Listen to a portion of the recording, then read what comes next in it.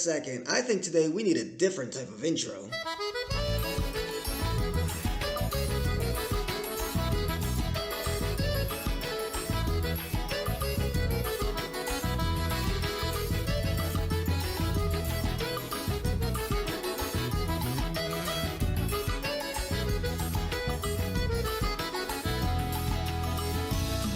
Hey guys, and welcome to the Brazil Expat Journal, the BJ you can trust. I'm Phil, and I'll be your guide as we talk about life in general here in South America's biggest country. Today we're going to explore Festa Junina, or Junefest, Brazil's second most popular party behind Carnival. So I'll get into some of the history, traditions, games, foods, drinks, and I'll drop some links in the description for recipes and ways that you can enjoy the party from home. Now, I don't want to play too much of the music so I'm not hit with a YouTube ban. So I'll be making a private playlist, which I'll post on my Patreon page, of forró songs that I like. In case you don't know, forró is the traditional music for Festa Junina, comes up from the north, or the northeast I should say. And the artist that you were listening to was Dominguinhos. He's a very, very famous Brazilian forró artist. He really popularized the music. But there's someone else that's very important in the forró music, and that's Luis Gonzaga. He's considered the father of forró and baião. And here's a snippet of his song Asa Branca. Quando olhei a terra ardendo, qual fogueira de São João, eu perguntei a Deus do céu, ai, por que tamanha judiação? Eu perguntei a Deus do céu, ai, por que tamanha judiação? So Asa Branca translates as White Wing, and it's actually a pretty sad song, guys. It's about this guy who's there at the Festa de São João, which is another name for Festa Junina, the festival of Saint John. And he's asking God up above, why do I have so much misery in my life? Because he lost his whole plantation. He lost all his cattle because of lack of rain.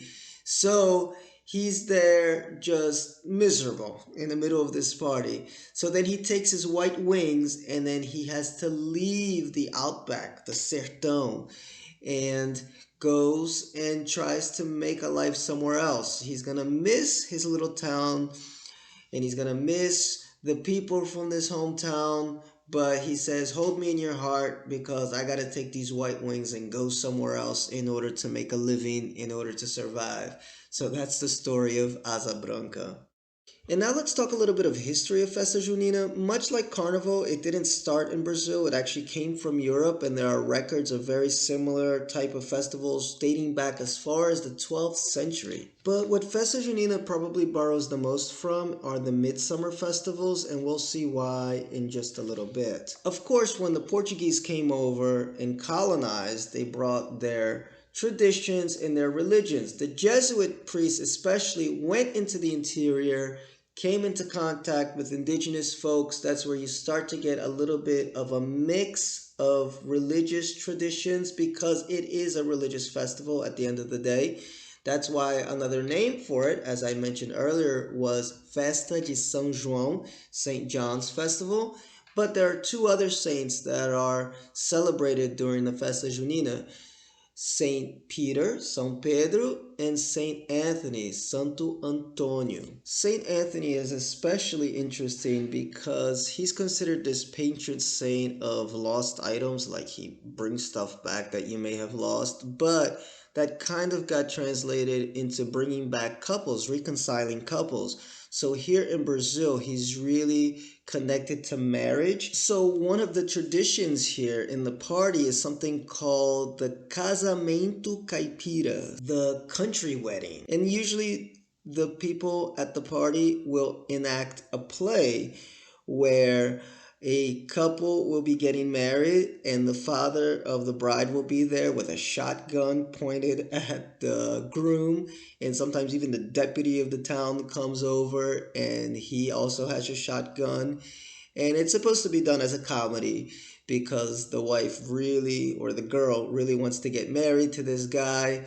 But it goes into some superstition because there are people that will have a little icon of Saint Anthony and they'll tie him up, they'll sink him in water, they'll do a whole bunch of things just asking for the right man during the Festa Junina time.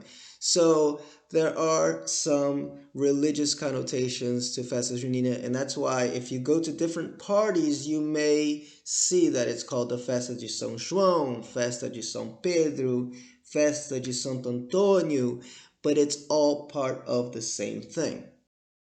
Some other popular traditions that came over from Europe and got a little bit changed are the tying of the rope around the pole.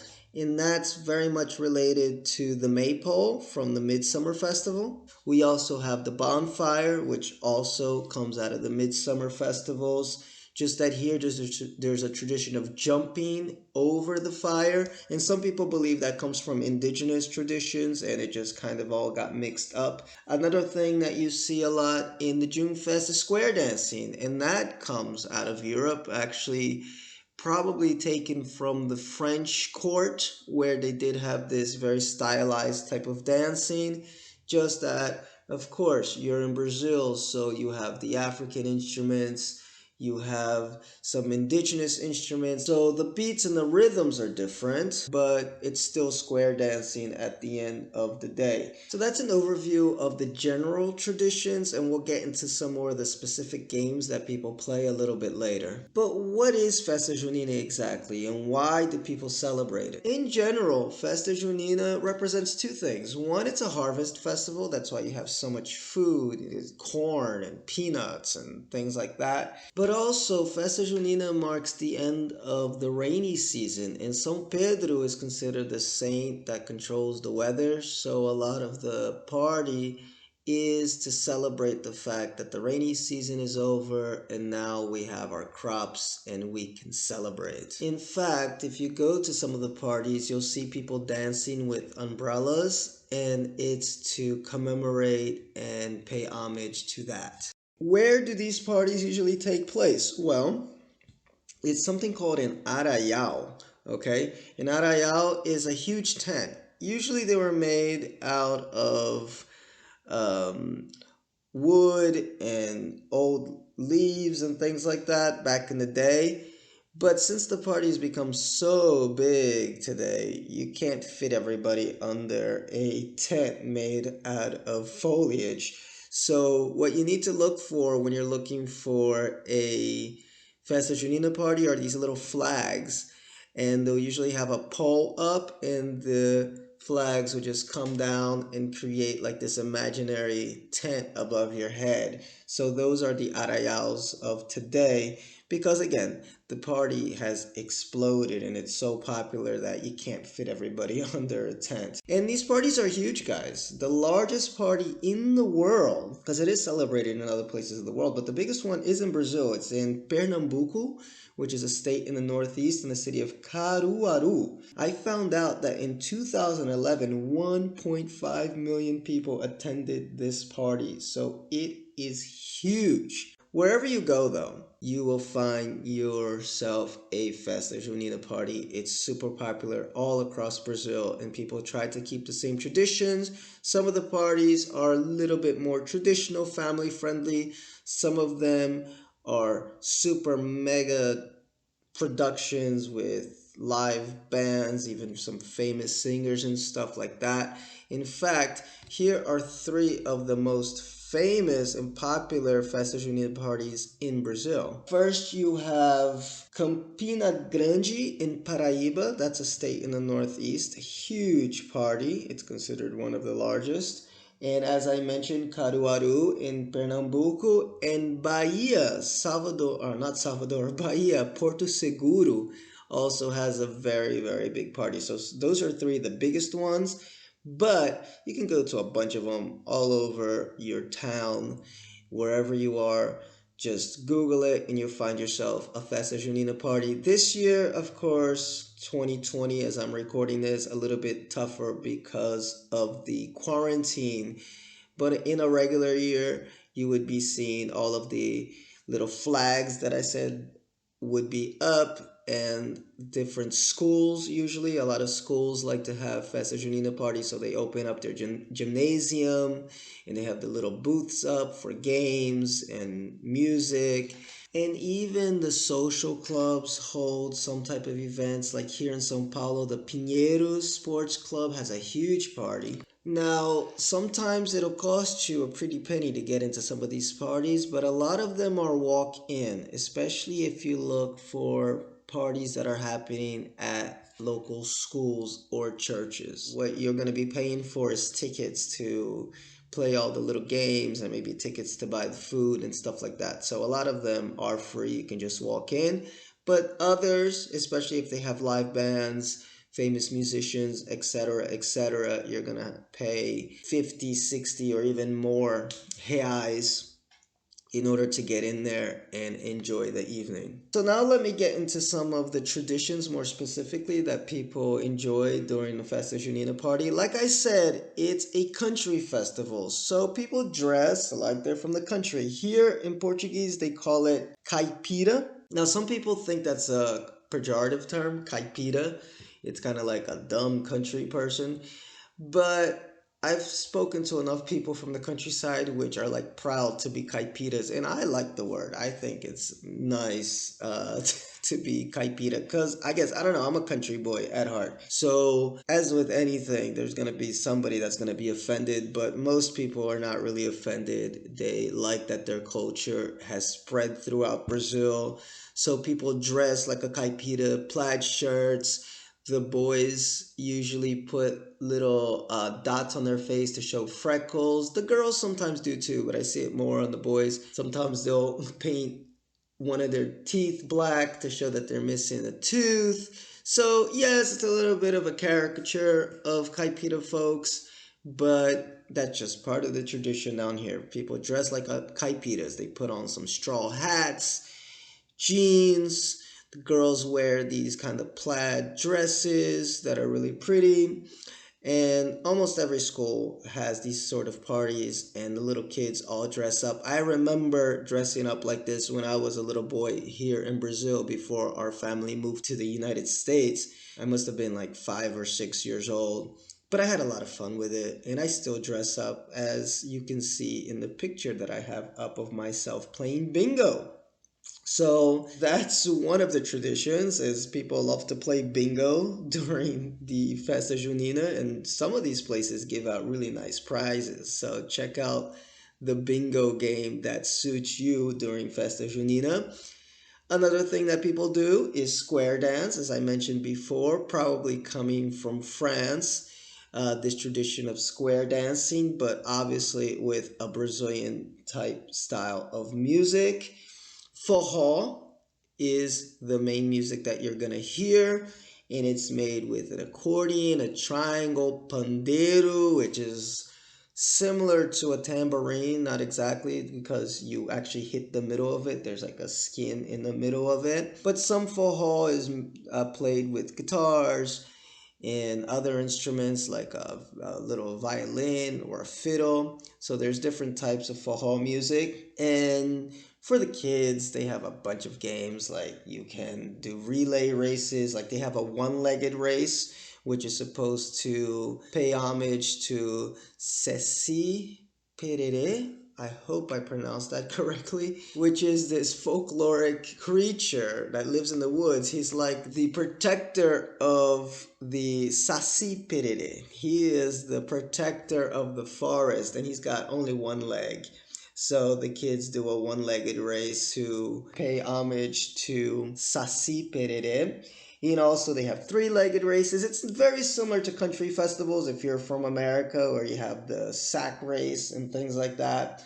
Very, very similar. There's ring tosses, dart throwing. So any of those type of games that you would imagine at a country fair, that's what you have here during the Festa Junina. I think I mentioned fishing in a bucket. I'm not sure. Even dowsing for apples, all that stuff you're going to find during the Festa Junina party. What are some typical foods that you'll find at Festa Junina parties? Well, one of them is fubá cake. Okay, fubá is made from this really, really finely ground rice and corn. It's delicious. I love it.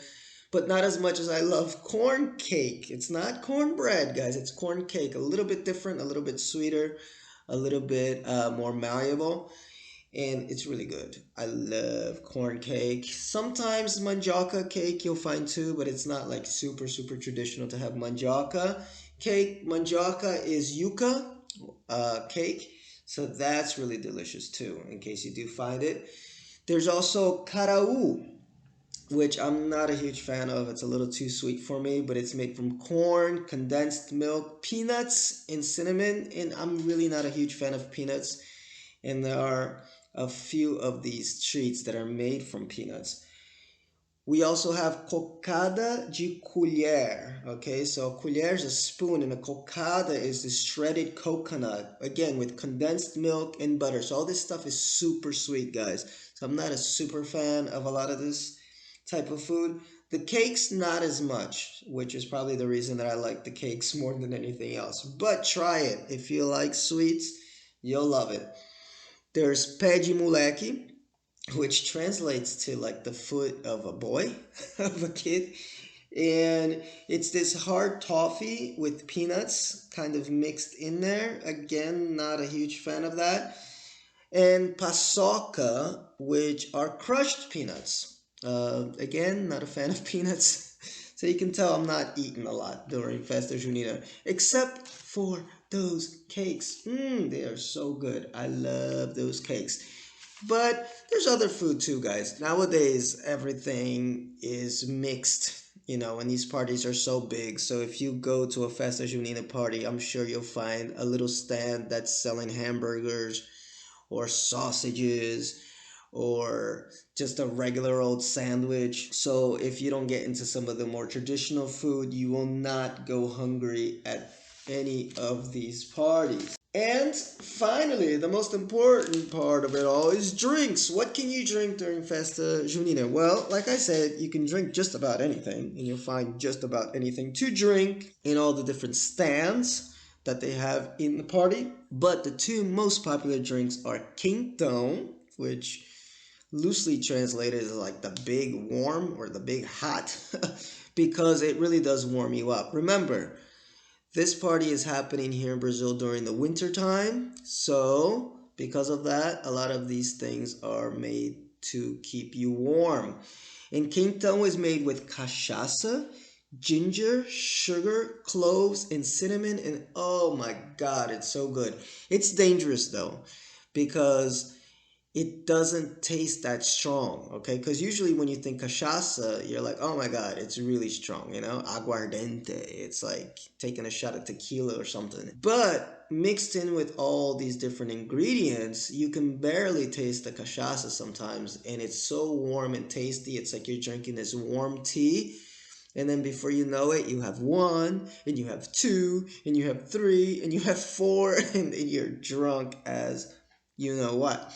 So quentão is really delicious though. And you have vinho quente. Vinho quente is hot wine, okay, which is like a mulled wine. And it's really delicious. A lot of people think, oh my god, hot wine, that's nasty. But it's really tasty too. And sometimes people mix in a little bit of cinnamon, some cloves. They put some ginger in there. There's different ways to make that vinho quente.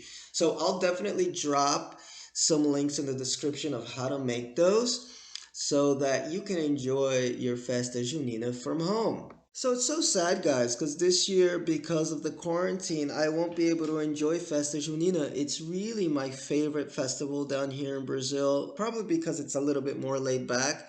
I had my very first major carnival this year. I've been here for 10 years, but I've never really went 100% into carnival, and I really enjoyed it. It was a lot of fun, but it is so hectic. It is so high powered. It takes up a lot of energy. That's just not my style. I'm a lot more laid back. So although I enjoyed it, it's not something that like, oh my god, I can't wait till next year for the next carnival. Whereas Festa Junina is a bit more laid back, very family oriented. You can just chill, have your quintão, eat some pé de moleque or some corn cake, and just chill. But you can also get really drunk and have a lot of fun. So it's right in the middle, which is nice for me. I'm a very middle type person. I like to have my fun, but I also like to be laid back at the same time. You can watch people dancing.